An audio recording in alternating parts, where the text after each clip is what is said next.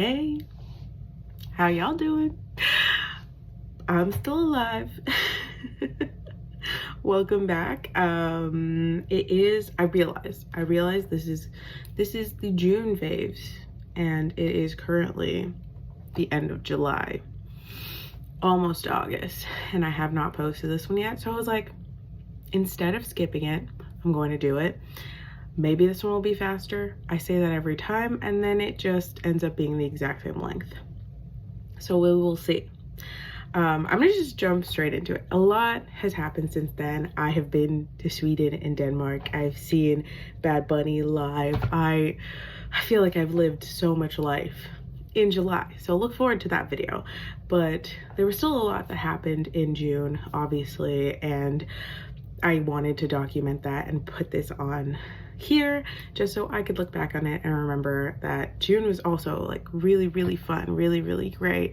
I just haven't had the time to record, edit, or do anything. So also why there is still no ITAJ Europe trip video. I haven't even looked at that. I haven't even thought of that. Either way, welcome to the June video. I will start off with my clothing and beauty faves. I'm looking, Cynthia Erivo, just I'm looking back at my memory trying to remember all of the things that I liked from June, which is why I want to put these out like in the moment or as it's happening, because I just forget things so easily. Hence this whole series in general. But what I had some written down. Spoilers if you'd like to look at that list. I didn't do much on it.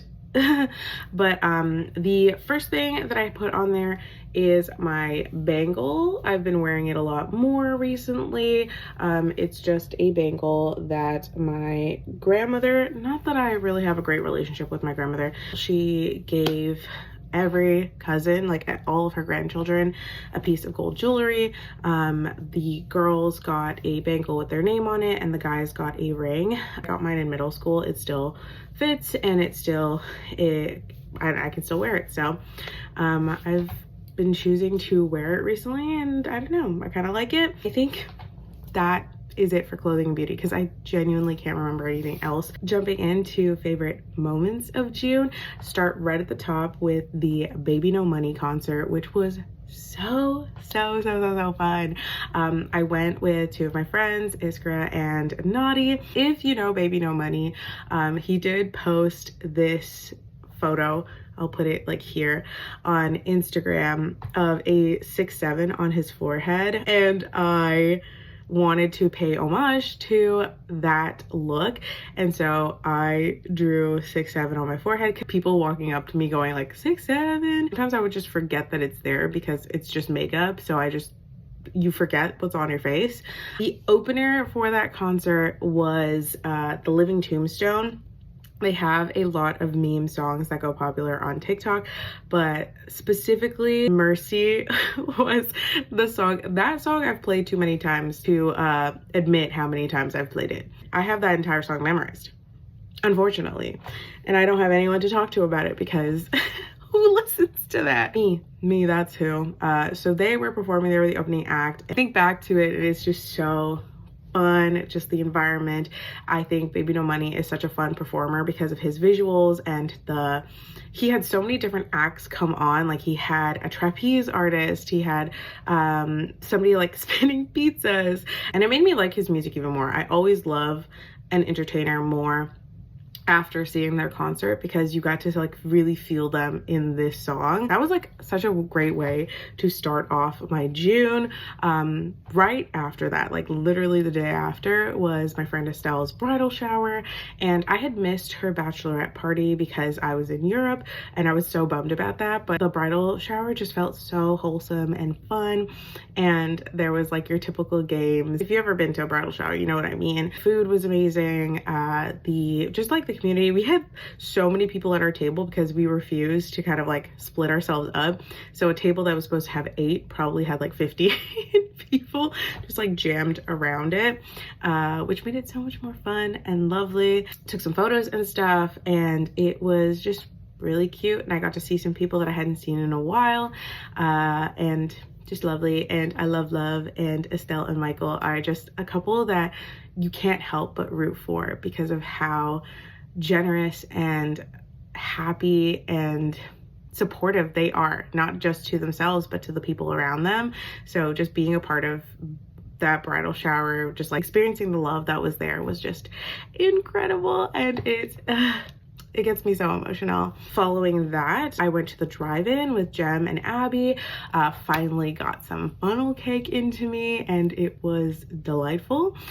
We ended up watching Masters of the Universe, aka the He-Man movie, and then Michael after that. We stayed for both movies, which big on us for like making it through those and staying awake. And I get to check it off of my summer bucket list. Another highlight for June is that for Father's Day, we took my dad to the Skylon Tower to eat at the restaurant that was there, which, if you don't know, the Skylon Tower is like a really tall tower in Niagara Falls. It like overlooks the falls and like the city. And we just had a lovely meal together, took our time like enjoying just being together. I taught my parents how to play scopa, which is the card game that Izzy taught me when we went to Italy together. And I'm just like teaching my family how to play. So fun, and it gets really competitive, but it really is a great game. Another moment in June is getting to join Rigby on a little play date. We were like tossing a ball back together at the park and seeing this little goober. I just have so much love for our community dog Rigby, and getting to see, you know, like Izzy as well and Jasmine, but like Rigby, love him, love this little guy. Why is he so sweet? Why does he have such a little squishable little face? Just love him. That day we also had like some bundt cakes. This is the bracelet that I made at Izzy's because Jasmine brought some beads. It has some little hearts and it has some little like stars. I hope it focuses on that. And it's just like nice and blue, and I just had a hair on me the entire time. Who am I, Rigby? The weekend after that, my brother and I went to a games day that was hosted by some mutual friends of ours. They're three brothers. They're called Anime Nightclub 3. They host events and do stuff within like the anime community. We've like known them for over 20 years, which is crazy to say. We went to this games day because they were trialing it to see if they could host it to maybe a bigger audience of people, but they just invited some of their closer friends to trial this, and it was so much fun. We were put into teams. My brother and I were on red team with a couple other of our friends and a couple other strangers. Did challenges and we were competing against other teams, and then our team did come in second place, which was okay. I'm proud of our team, red team. At the end of the month, to tie it all up, was Estelle and Michael's wedding, which was absolutely gorgeous. And I just feel so lucky and so happy to be a part of it, or be there to witness this celebration and just be a part of it. It was just incredible and beautiful, and just everything about it was like one of the most insane things I've ever seen. Real florals, the dance breaks and specials, the photo booth, the snacks, everything about it. I wish I had any semblance to show you, but oh my gosh, I don't know if I have a wall of all of like the Polaroids that I've ever taken, and the one that I took with our group of friends is already up there, so I can't even like physically show you the photo because it is there, but I will put some photos of everything and maybe some videos on screen because it was just such a fun celebration.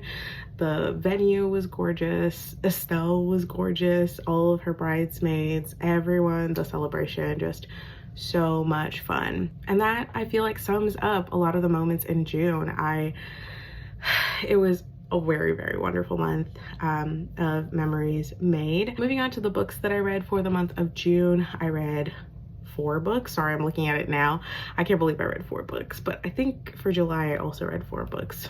It's definitely been a month of romantic summer reads. I've been having a great time just chewing through summer romances, like things that are not super serious but still fun nonetheless. Starting it off with problematic summer romance by Hazelwood. And if you've ever heard of Hazelwood, you would know that this was going to be a wild ride, because she also did The Love Hypothesis and the Omegaverse one called Bride, and it's other books in the series, but this one was a wild ride. I rated it a 4 out of 5. Don't even look at me. Don't even look at me. I know it's crazy, but it was fun.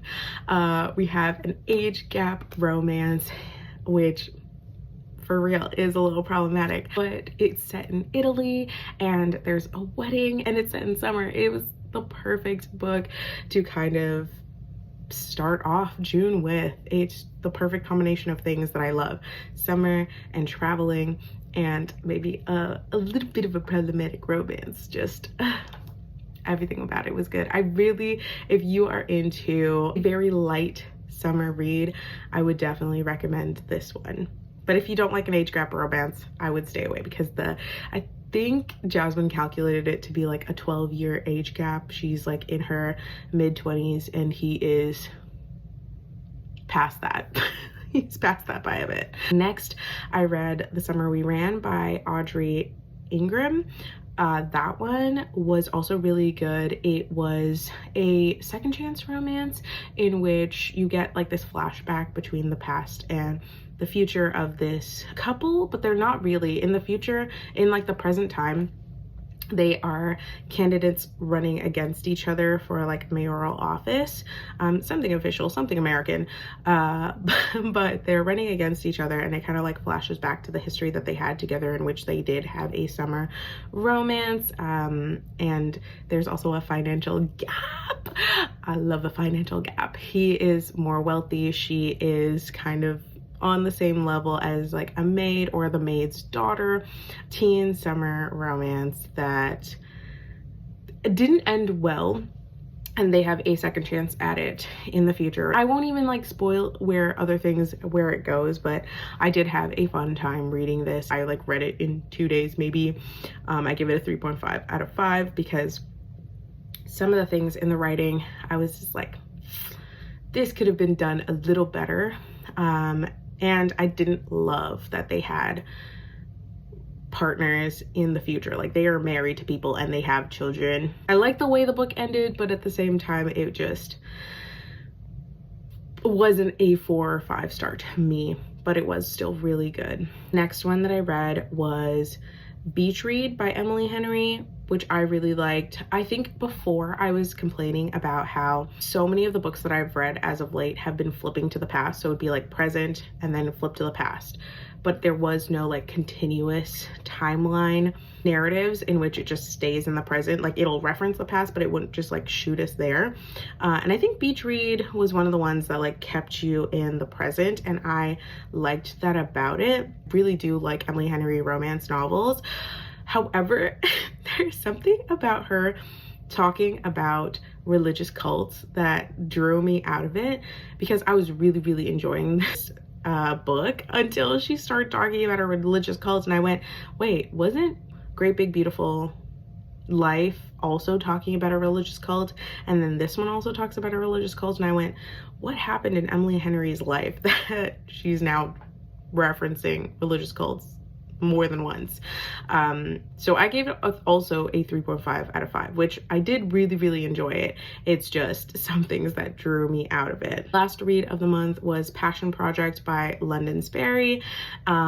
This one was really good as well. I think I might have bumped up the rating on this one, because I thought right now it says I gave it a 3.5 out of 5, but I think I might have bumped it up to a 3.75 out of 5, because I really liked the way that the plot went. You have this person who doesn't know what they're doing with their life, and they're trying to get out of a slump, and then this person who is offering to help them find what their passion is, which is this passion project. And somewhere along the way they find it through romance and different things, but there is like misunderstanding that happens along the way, and I don't love a misunderstanding, so that's why it doesn't get like the full stars. But this is another one where it stays in the present timeline, which I really appreciated. So I really like this one. I would recommend, out of all of the ones that I just mentioned, if you don't like age gap romance, to read Passion Project. But if you don't mind an age gap romance, then Problematic Summer Romance would be my number one on this list for you to read, which is crazy. I'm so sorry, but like it just was fun and really kicked off my summer of reading. I was really in a slump before, and this changed it. Moving on to movies and shows, I have like zero memory of the things that I watched, but I did record them in the ITAJ newsletter, so I can tell you that I watched Iron Lung, Dangerous Animals, Hobbs and Shaw, Prom Night, Georgia Rule, Fast and Furious 9, Voicemails for Isabel, Your Fault London, Send Help, I Love Boosters, and Fast and Furious 10. Those were the movies that I watched in June. Of those, I would say the ones that stand out are Prom Night, the 2008 horror slasher film or whatever. That one is such a fun watch, and looking back at it, it is like the way I loved that movie when I was in middle school, and now looking back at it, I'm like, I understand why I like that movie. It is very much of its time. You'll understand that by the fashion, by the acting, by the music choice, just everything about it was just a nostalgia hit for me. Next, Voicemail for Isabel.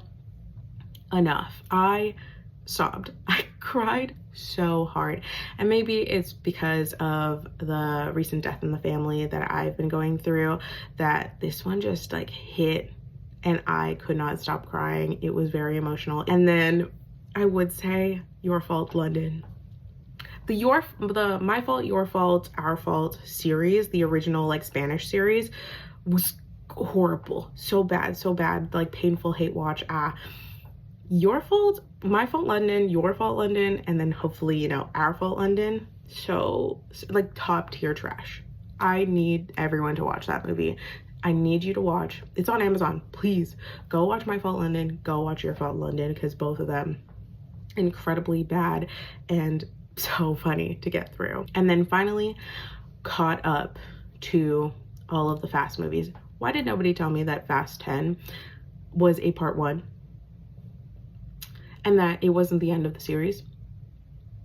That I have to wait another year or more until the series is actually done, if it is going to be done. My brother and I finally finished that series, so I think our next series is going to be Star Wars, which is daunting and scary because I've never watched any of the older Star Wars. I've only watched one Star Wars movie to its completion, and that was The Force Awakens, and that's because my brother's best friend at the time got us tickets to go and watch it, and that was the first Star Wars content I had ever watched fully. Like, I know Luke and Layla are twins.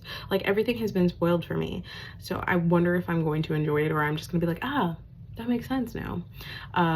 So that's gonna be it. For shows, I did start watching a couple K-dramas. I watched The Perfect Crown and The King's Affection, both on Disney Plus, both limited series, so they are fewer episodes, both incredible.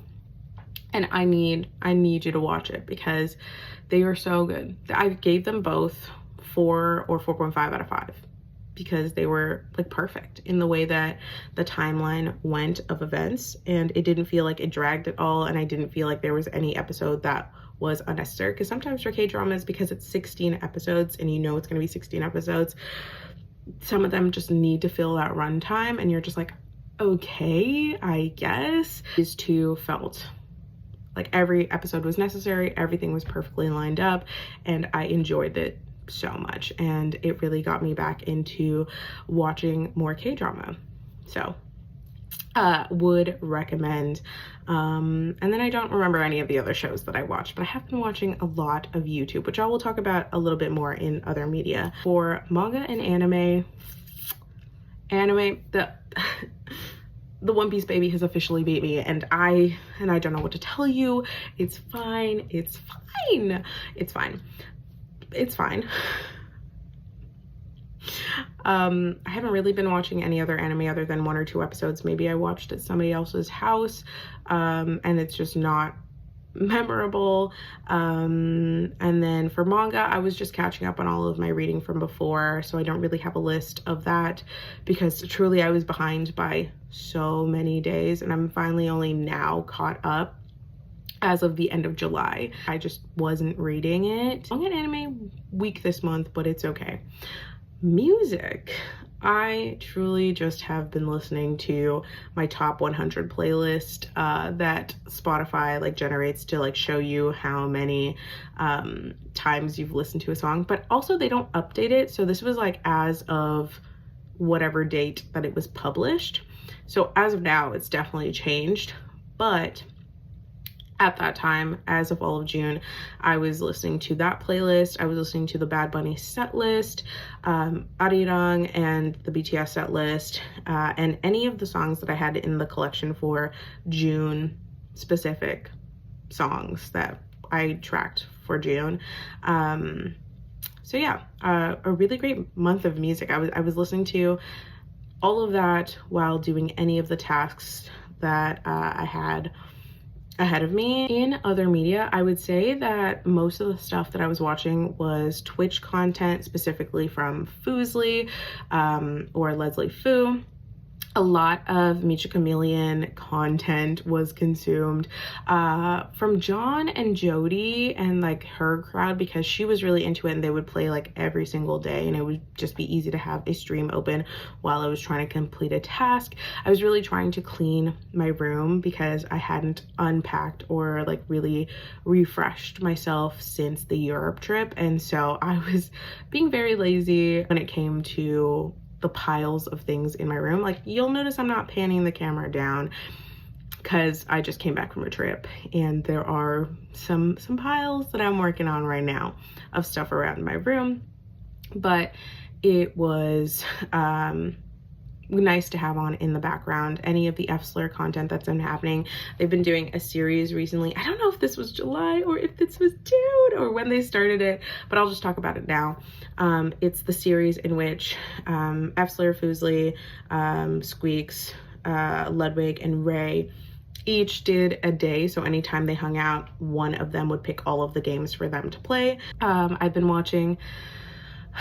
I'm not super into Pokemon card collecting, but I do love seeing other people do pack openings and enjoying the thrill of pack openings. I've been watching Yvonnie or Yvonnie on YouTube. She's also a Twitch streamer, but she's been going to a lot of conventions and been she's been going to a lot of card conventions and buying a lot of cards, especially with her friend group as well. So I like seeing her unboxing and her YouTube vlogs as well, showcasing that. And she recently went back to Calgary to visit her mom, and she posted a vlog about that, and that was like also really nice.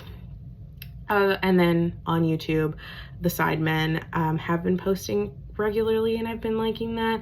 Obviously, RIP, KSI left the group, but I think they're still doing really well, and they are thriving in the content that they are producing. They have a American video that is coming out today, actually. Oh my gosh, it's Sunday when I'm filming this, so they will have posted a video soon, or if not soon, within the next couple of hours. So I'm excited to go and watch that. In the last category, which is my random favorites, the BTS Oreos, because they do live up to the hype. This is an empty packet that I plan on cutting out some of it to put into my junk journal, but these live up to the hype. They are as good as they claim to be. I don't know what they put in there, crack, but delicious nonetheless. Lastly, we have all of the postcards that I either sent to myself or my friends sent to me from the Europe trip, because I like to send a postcard to myself from every location that I travel to. And some of my friends like to do that as well, like Izzy and Tina. And so I have 4 postcards from me to me, and then I have 2 postcards, one from Izzy, one from Tina, from different locations. Starting with this one, which I absolutely adore. This is the postcard that Izzy sent me from the V&A, the Victoria and Albert in London. And it is of a work of art that was at the V&A. And there's a lovely message at the back, but super special. The next one is this one that I sent to myself from Italy. And I know that this was sent to, I tried to like to date when I sent them or when I wrote them, and this one I wrote on the 22nd of May. And it has like 6, 7 and a bunch of different things, and little messages. I get my friends to write, whoever I'm with, I get them to write a little blurb to me of the future so that I can remember who I was on the trip with. So this is kind of the view of the area that we were staying in, the older buildings, and this square particularly we stayed in, and it was really nice, despite the cursed accommodations.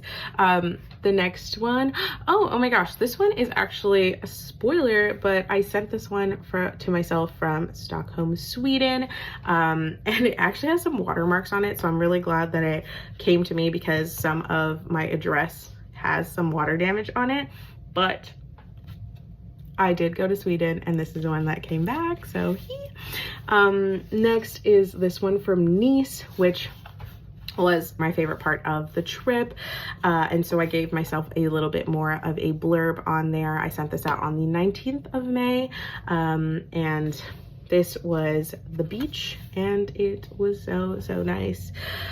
I could sit on this beach and just look out at the water and hear those rocks flowing in and out forever because it was just so magical and beautiful. Next I have this one, which was a painting at the Louvre from Paris, and the little blurb I just said to myself is "Salut Diva, you made it to Paris," and this was sent out on the, or written on the 17th, and then all of my friends just said bisous bisous, which so funny. That was like the quickest part of our trip, but what a fun special memory. I loved this painting. I loved staring at it and comparing it to, because there was 2 versions of this painting and this was the version that we liked, and so I was really lucky to have that one as a postcard. This is the last postcard. This is the one I sent to myself from London, and it's Diva, we made it to London, and this was like one of the first parts of the trip, and this was May 14th, and it's just your typical London, which was really nice. The last postcard that I have here is just one that Tina sent me, and a little collection of postcards, and that pretty much sums up June. Looks like I've been recording for 48 minutes, so hopefully I can chop it down. It won't be as long, but like I said, every single time I say it's probably not going to be as long as the other ones. It's definitely just as long. So thank you for joining me. I'm really glad that I filmed this and I didn't put it off or I didn't skip it. So some messages coming in, sorry. I will edit it as soon as possible and then get it out, and then start working on the July video because I have written no notes for that one, and I will try and be a little bit more organized than this one and get it out sooner rather than later, because once I stock up procrastinating on something, then it's never going to happen. So glad that I got this one done. I will get on to editing and then you'll get to see it soon. So thank you for making it to the end of the video. Leave a eye emoji. Leave an eye emoji in the chat if you made it all the way through the video. Thank you for watching once again, and I will see you in the next one. Goodbye.